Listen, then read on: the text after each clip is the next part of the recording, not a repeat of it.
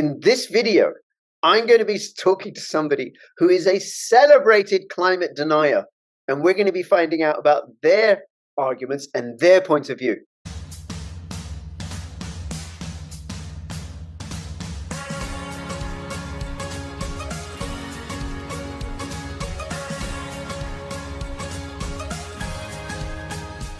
Businesses need a platform that allows people to access and manage their office workstation from anywhere and anytime.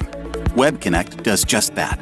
Our browser-based desktop platform enables you to seamlessly migrate your office into a private cloud, giving you total control of your desktop, files, and important data.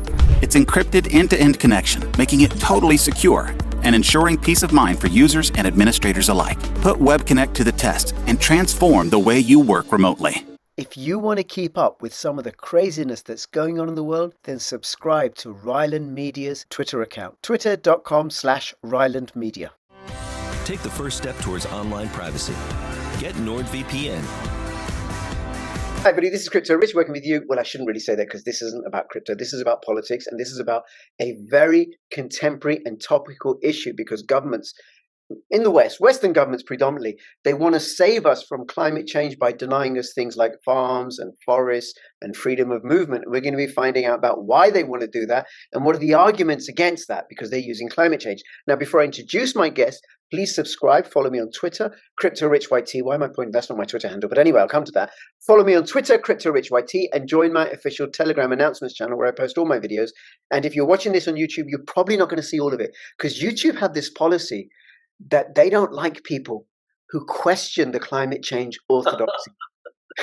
They don't, do they, Steve? And we'll come to that in a second. So perhaps the first 5-10 minutes will be on climate, on general stuff that YouTube won't be offended by, and then the rest will be on bit.ly/CryptoRichOdyssey, a censorship-resistant platform. Steve, thank you so much for making yourself available. Really, really appreciate it. Here. Yeah. Yes.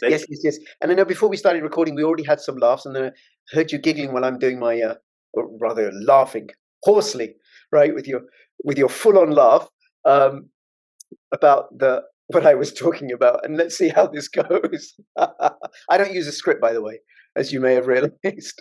Let's go. Let's go. Okay. So, Steve, do you want to say a little bit about yourself? And you are the owner of a website called junkscience.com, and I'll have the links in the description below. Yeah, so I have a pretty varied background. I'm a background in science and statistics. At law, I'm a lawyer, a biostatistician. I've been in the securities industry. I was a securities lawyer. I used to manage a mutual fund. I have worked on environmental issues now for 32 years. Since 1995, I have been publishing junkscience.com.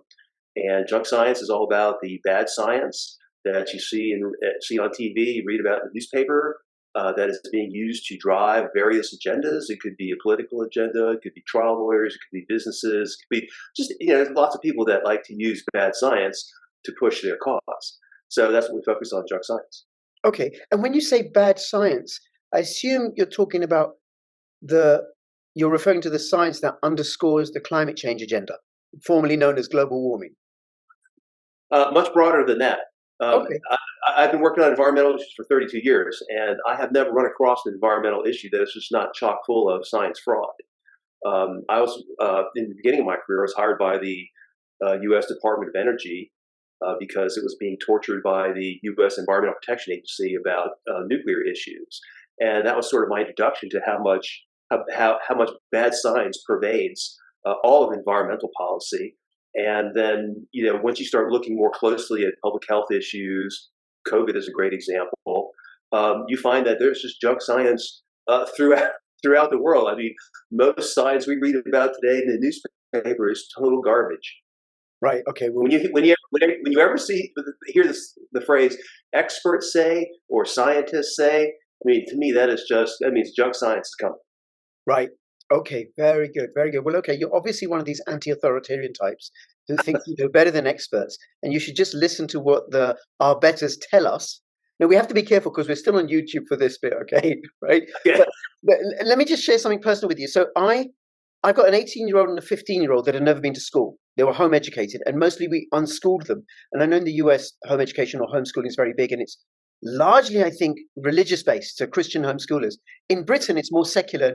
We just let our kids play. We just let them play and play and play. Now, if I'd have listened to the experts, the teachers and the head teachers and the members of my family, my brother's a professor, who'd have said, no, no, no, no, no, don't do that, right? What do you know about education? They wouldn't be excelling the way that they are, because they really are just something else. And I know, because my other side is I work as a child protection social worker. So I see the worst of what happens with children. And then also I have been high fat, low carb for 11 years. And of course, if I listen to the standard experts, then, well, I'd probably be diabetic by now, right? With my plate full of carbs. And I have cousins who are bankers, and they criticized me in 2013 for buying Bitcoin. And what do I know as a social worker, right? What do I know about Bitcoin? I should have listened to my banker cousins. I hope they're watching. So the whole notion of experts, I think you'd agree with me, is designed to keep us stupid and dumb and compliant. We don't need to think for ourselves. We don't need to verify anything for ourselves. And that was really, really true during the COVID episode, because, you know, we just had to follow the science, like it's some blind faith. Yeah. And it's the same with climate change.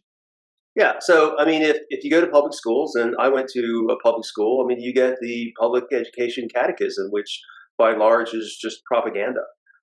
It's kids that are taught at home or figure out that, you know, they can think for themselves, because, you know, public education doesn't encourage you to think for yourself. They encourage you just to believe what you're taught.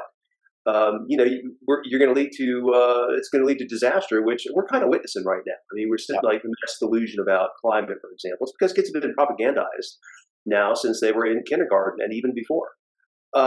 So I applaud you. You homeschool your kids. I mean, homeschooling is very big in the U.S.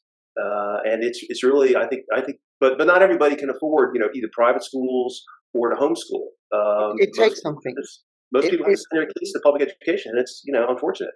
Yeah, it really took something. We had to be a single income family. But now, just the last thing that we'll say while we're on YouTube is, what is the conventional argument about climate change? What is it we need? What is it, the messaging that's being sent to us?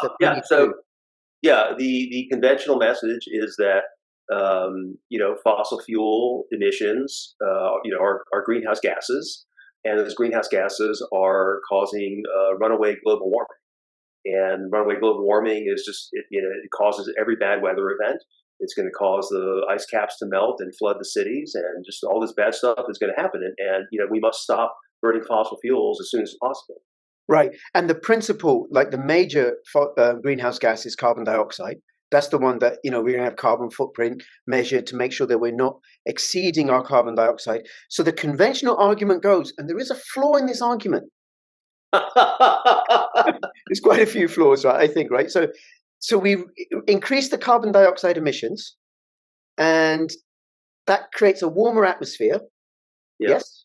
And then the warmer atmosphere will hold more water, because warm air holds more water. It's more humid, right? So, water. We got water vapor and warmth and carbon dioxide and more warmth and water vapor and warmth, and then causes all kinds of terrible things, and droughts and volcanoes and earthquakes, and it's way more powerful than anything else that affects the climate. So the argument goes, you know, it's way more powerful than the sun or the magnetosphere or the Milankovitch cycles or the Beaufort gyre and everything. It's just a massive amount of carbon dioxide. And I asked my friends, you know, how much carbon dioxide do you think is in the atmosphere? And they say about 20%. I'm like, really? Okay. And then what happens when you have carbon dioxide plus warmth plus water vapor in the presence of daylight? Now, before you answer that, people have to come over to Odyssey to find out the answer to that, right? Because YouTube may not like the answer, although it's very, very basic science.